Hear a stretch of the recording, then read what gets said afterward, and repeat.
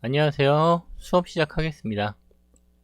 이번 시간에는 대폰 메뉴를 배워보도록 하겠습니다.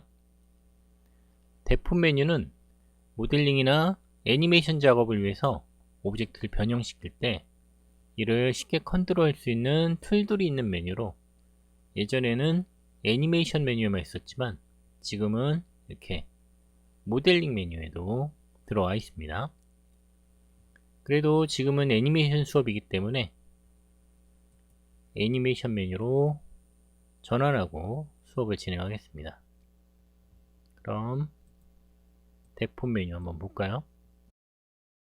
제일 먼저 이 블렌드 쉐입은 오브젝트의 원본을 복사해서 오브젝트가 변형될 타겟을 만들고, 그 타겟과 원본 간에 몰핑을 시키는 툴로 주로 다음 주에 배우게 될 페이셜의 발음이나 표정을 만들 때 사용합니다.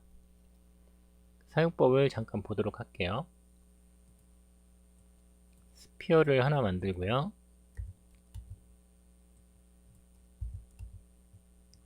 얘가 원형 오브젝트입니다. 그리고 복사해서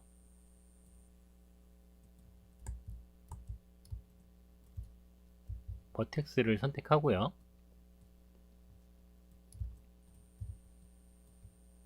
안으로 넣어주면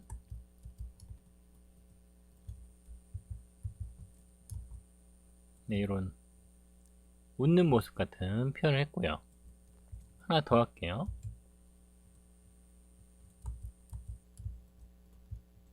여기도 버텍스 선택해서 안으로 넣으면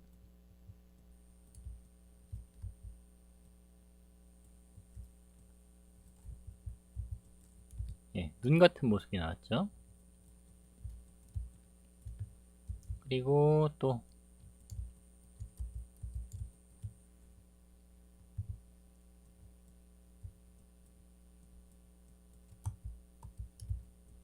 이렇게 올리면 뿔이나 귀 같은 모습이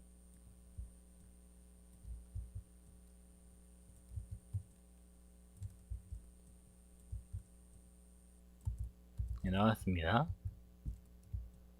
그리고 이 타겟들을 하나씩 순서대로 다 선택하고요.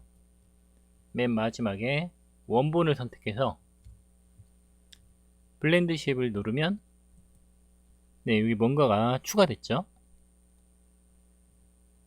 이제 윈도우에 애니메이션 에디터, 쉐입 에디터를 열면,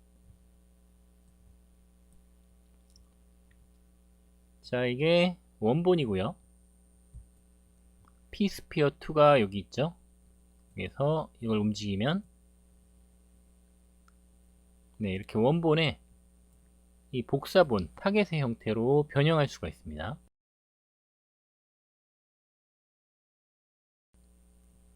3D 해보면 눈이 이렇게 들어가는 거 보이죠?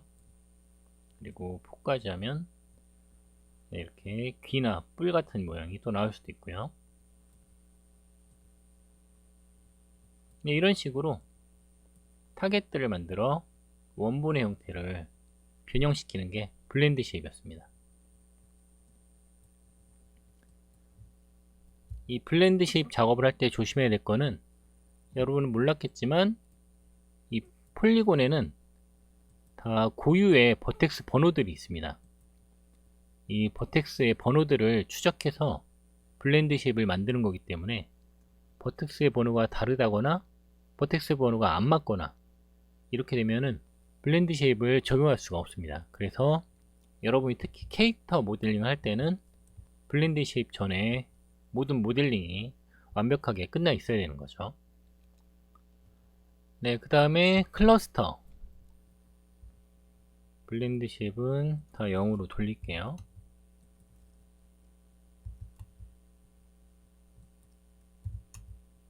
그리고 히스토리 지우면 다 날라갔고요. 우리 전 시간에 공 리깅 할 때 잠깐 봤는데, 버텍스를 선택하고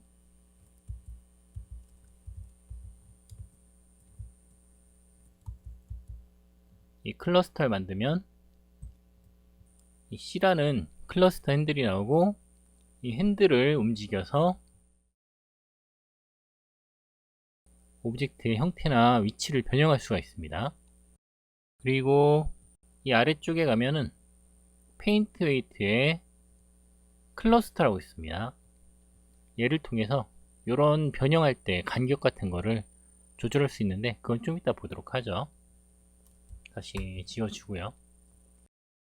그리고 이런 것들은 잘 안 쓰는 메뉴이고, 이제 레티스, 그것도 저번 수업 때 봤었죠.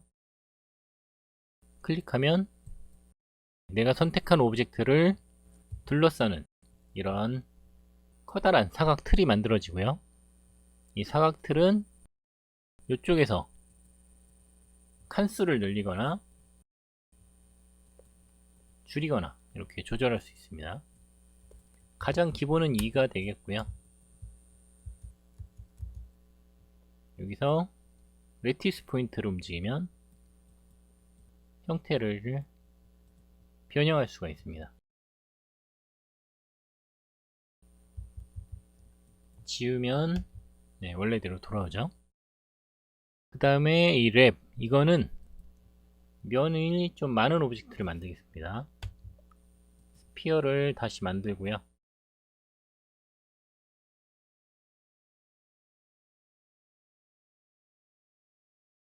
일단 면을 좀 줄여서 하나 만들게요.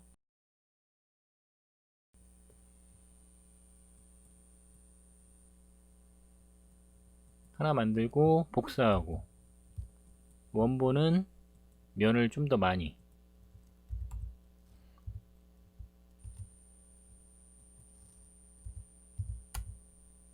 이 정도 하면 두 오브젝트가 있죠. 이렇게 면이 적은 것과 면이 많은 것, 이렇게 두 오브젝트가 있을 때 Shift를 누르고 하이 폴리곤 메쉬를 먼저 선택하고요. 그 다음에 로우 폴리곤 메쉬를 선택하고 랩을 실행시키면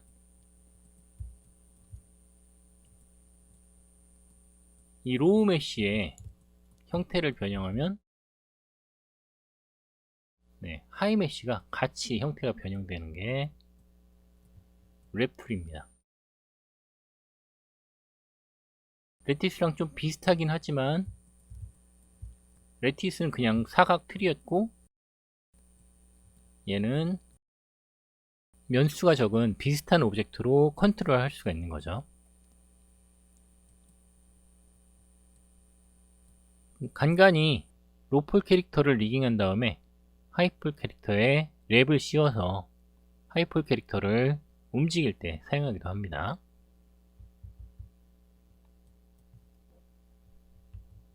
그 다음에 이 시링크 랩은 근거리에 있는 오브젝트에 다른 오브젝트를 붙여서 움직이게 하는 그런 기능인데 잘 사용할 일이 없고요. 와이어 툴은 좀 보도록 하겠습니다. 일단 플랜을 하나 깔아주고요.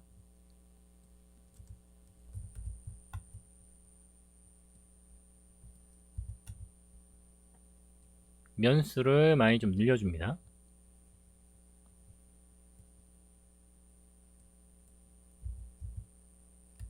그 다음에 처음 배우는 건데, 이 크리에이트에 가면 커브 툴이라고 있어요.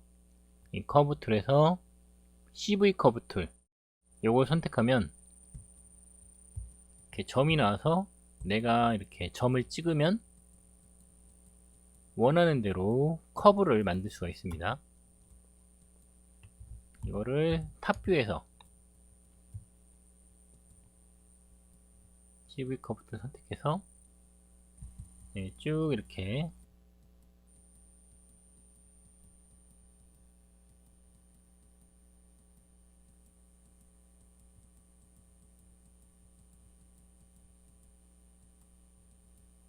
이렇게 만들었다고 치겠습니다. 그 다음에 여기서 옵션 누르고요. 오브젝트 선택한 다음에 엔터. 그리고 커브를 선택한 다음에 엔터 치면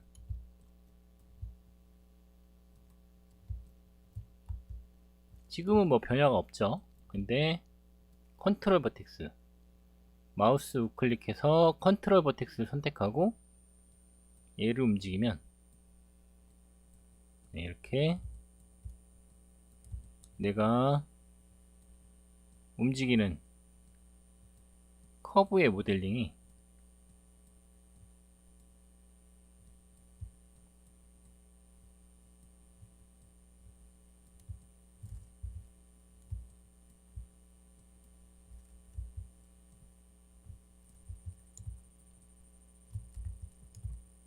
이렇게 변형이 됩니다. 저희는 이걸 사용하지 않겠지만 페이셜에 리깅을 할 때 간간히 사용하기도 합니다. 그리고 그 밑에 윙클 이런 거는 클러스터랑 와이어를 조합한 건데 잘 안 쓰고요. 이 머슬은 근육 시스템입니다. 이거 리깅 할 때 사용하는 건데 우린 배우지 않을 거고요. 그 다음에 논 리니어, 오늘 주된 수업 내용은 요거죠. 잠깐 보도록 하겠습니다.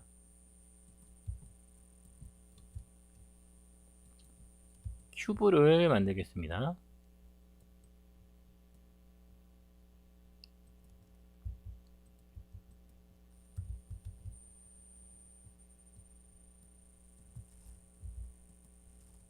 네, 이렇게 세팅을 했고요.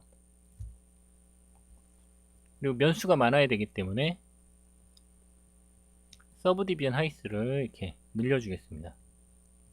한 12 정도 해주고요. 그 다음에 5개, 하나, 둘, 네, 5개 정도 복사했습니다. 요것들을 하나씩 정해 볼게요. 일단 밴드, 그리고 플레어, 사인, 스쿼시, 트위스트까지 4번 눌러보면 이렇게 가운데 심지들이 하나씩 생겼죠. 조절자가 생긴 겁니다. 그리고 채널 박스에 보면 인풋에 밴드라고 나와 있죠. 요걸 딱 눌러보면 이 밴드를 컨트롤할 수 있는 항목들이 생성됐어요. 일단 요 인벨롭이라는 거는 공통된 부분들이에요. 얘를 선택해도 이 플레이어도 인벨롭이 있죠. 트위스트에도 인벨롭이라고 있습니다. 이거는 내가 밴드를 커버처라는 걸 통해서 이렇게 적용을 하는데 이 인벨롭은 이 밴드를 얼마나 적용할 것인가. 1이면 다 적용하는 거고요. 얘가 0이 되면 내가 아무리 이 커버처라는 걸 움직여도 밴드가 적용되지 않습니다. 그리고 여기 로우 바운드와 하이 바운드, 이것도 공통적으로 다 있습니다. 이렇게 다 있죠.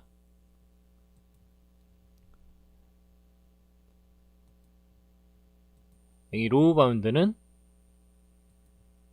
이 중심점을 기준으로 아래쪽에는 적용을 할 건가 안 할 건가. 일단 인벨롭 1이 되겠죠. 로우 바운드가 이렇게 마이너스 1이 되면 다 적용되는 거고요. 0이 되면 이 중심점 아래쪽은 사용하지 않겠다. 하이 바운드도 0이 되면 사용하지 않고 1이 되면 사용하겠다. 그런 내용입니다. 그리고 이 커버처라는 건 얼마나 밴드 구부릴 것인가. 그래서 글씨 선택한 다음에 가운데 버튼으로 이렇게 드래그하면 180씩 적용할 수가 있습니다.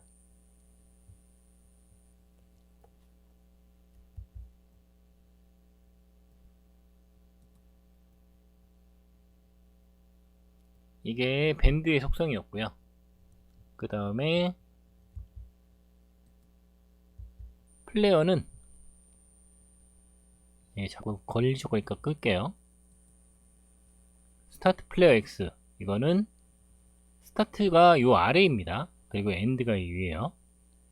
이 시작 지점에 좌우로 이렇게 벌려줄 수가 있습니다. 늘리거나 오히려 줄이거나.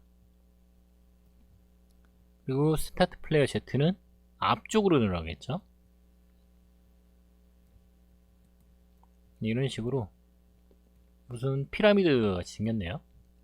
그리고 엔드는 반대로 위쪽이겠죠. 이런 식으로 위아래를 벌리거나 오므리는 용도. 커브는 곡선, 오므리거나 벌릴 때 쉐입을 어떤 형태로 할 것인가. 그리고 아까 얘기했듯이 로우 바운드는 이 아래쪽은 적용하지 않겠다,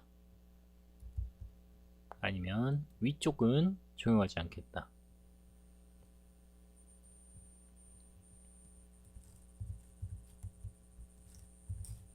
이런 게 플레이어였고요. 그다음에 사인은 좌우에 웨이브를 적용하는 건데 한번 보도록 하죠. 앰플리튜드를 움직이면 좌우로 출렁출렁 거리죠. 웨이브 렌스는 이 파장의 길이라고 생각하면 되겠습니다. 그래서 수치를 키우면 이렇게 벌어지고요. 얘를 줄이면 좀 더 많아지면서, 지금 면수가 부족해서 다 따라갈 수가 없죠. 이 정도까지네. 이렇게 좌우 웨이브와 진폭을 조절할 수 있습니다. 이 오프셋은 웨이브의 위치를 조절해서 애니메이션 만들 때 사용하는 거고요. 드랍 오프는 끝부분엔 적용을 안 하게 하는 거. 여긴 가만히 있고 중간만 움직이고 있죠. 그리고 로우 바운드와 하이 바운드는 마찬가지로 위나 아래쪽에 적용을 빼버리는 거죠. 이런 것들은 여러분들이 직접 만져보면서 테스트를 하는 게 가장 좋습니다. 그리고 이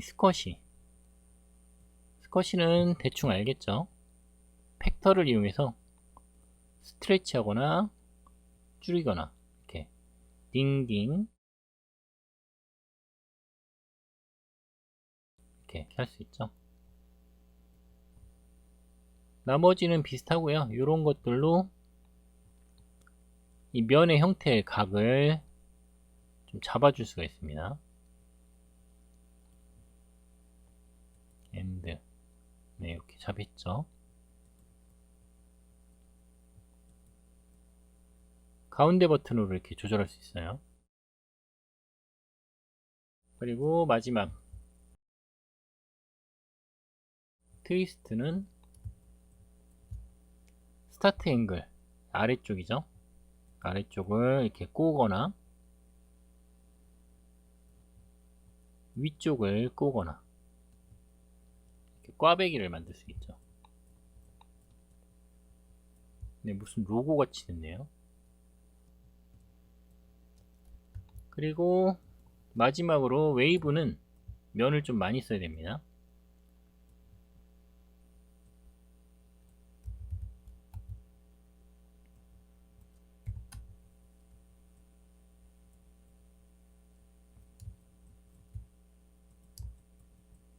웨이브 딱 적용하면 앰플리튜드 아까 봤던 거랑 똑같죠. 이 웨이브의 크기이고요. 웨이브 렌스로 이 웨이브 파장의 길이를 조정할 수 있습니다. 너무 크니까 좀 줄이겠습니다.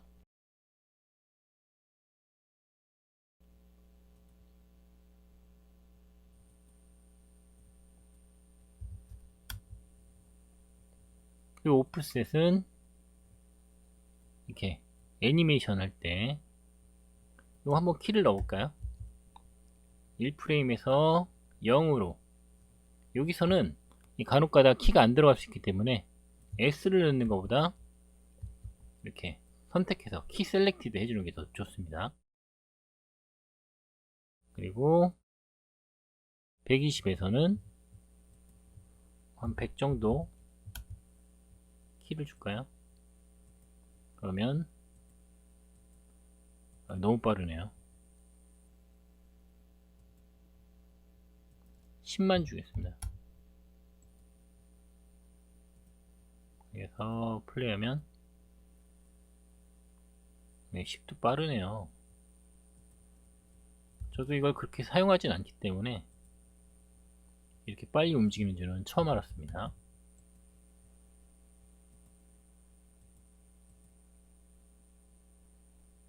네, 진동이 일어나죠. 돌 같은 게 물에 수면에 떨어졌을 때 이렇게 진동 생기는 그런 거 표현할 수 있고요. 이 드랍오프는 이 끝부분에는 웨이브가 안 생기도록 네, 어떤 내용인지 알겠죠? 그리고 이거는 뭐 사용하지 않고요. 민 레디우스는 이 시작점이 늘어나는 겁니다.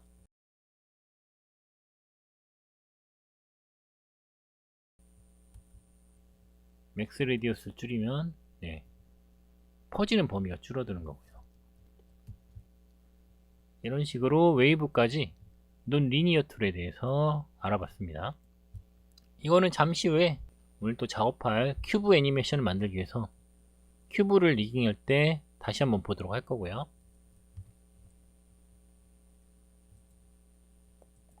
나머지 대폰 메뉴도 보면 네, 이런 것들은 다 안 쓰고요. 이 에딧에서는 주로 이런 블렌드 쉐입이나 레티스, 랩 이런 것들을 편집할 수가 있습니다. 그리고 이 에딧 멤버십은 좀 알아두셔야 되는 게 여러분이 이렇게 클러스터를 만들었습니다. 그래서 이동을 했는데 나는 여기까지 클러스터에 더 소속을 시켰어야 되는데 깜빡하고 여기만 했다. 그럴 때 이 클러스터를 선택하고 에딧 멤버십 툴을 누르면 네, 보이죠? 이 클러스터에 소속된 버텍스들이 이렇게 노란색으로 활성화가 됩니다. 이때 Shift를 누르고 더 추가를 해주면 네, 클러스터로 들어가고요. 반대로 컨트롤 누르고 드래그를 해주면 그 부분은 다시 클러스터에서 제외가 되는 거죠. 그런 기능이 에딧 멤버십 툴입니다. 그리고 그 아래 이 페인트 웨이트도 좀 보면 이 페인트 웨이트의 블렌드 쉐입은 다음 시간에 배울 거니까 바로 클러스터로 넘어가면 이렇게 클러스터를 만들어서 움직이다 보면은 이런 부분이 굉장히 면이 깨지고 보기가 안 좋습니다. 그래서 오브젝트를 선택한 다음에 페인트 웨이트의 클러스터를 선택하면 네, 갑자기 오브젝트가 흰색과 검은색으로 나눠졌죠. 이 흰색은 클러스터에 영향을 받는 부분이고요. 검은색은 클러스터에 영향을 받지 않는 부분입니다. 그리고 여기 망치 모양 이 툴 세팅 창을 열어서 이 스무스라고 있죠. 얘를 B를 누르고 이 브러쉬 사이즈를 키운 다음에 이렇게 칠해주면은 네, 형태가 좀 부드럽게 바뀌는 거 보이시죠?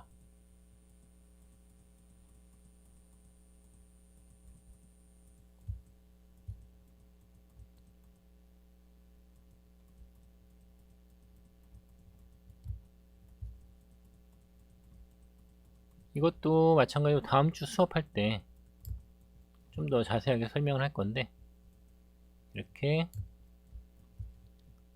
페인트 웨이트 웨이트가 영향값이에요. 그래서 영향값을 칠해서 클러스터에 영향을 얼마나 받을지 그거를 조절해 준다. 그런 게 바로 페인트 웨이트 클러스터였습니다. 이렇게 하면 클러스터를 움직였을 때 좀 형태가 부드럽게 움직이죠. 네, 그 아래 것들은 그렇게 많이 사용하지 않기 때문에 이 정도만 아시면은 이 데포머에 대한 메뉴는 충분히 활용할 수 있을 겁니다. 그럼 데포머에 있는 이런 메뉴들을 한번 직접 만져보도록 하십시오.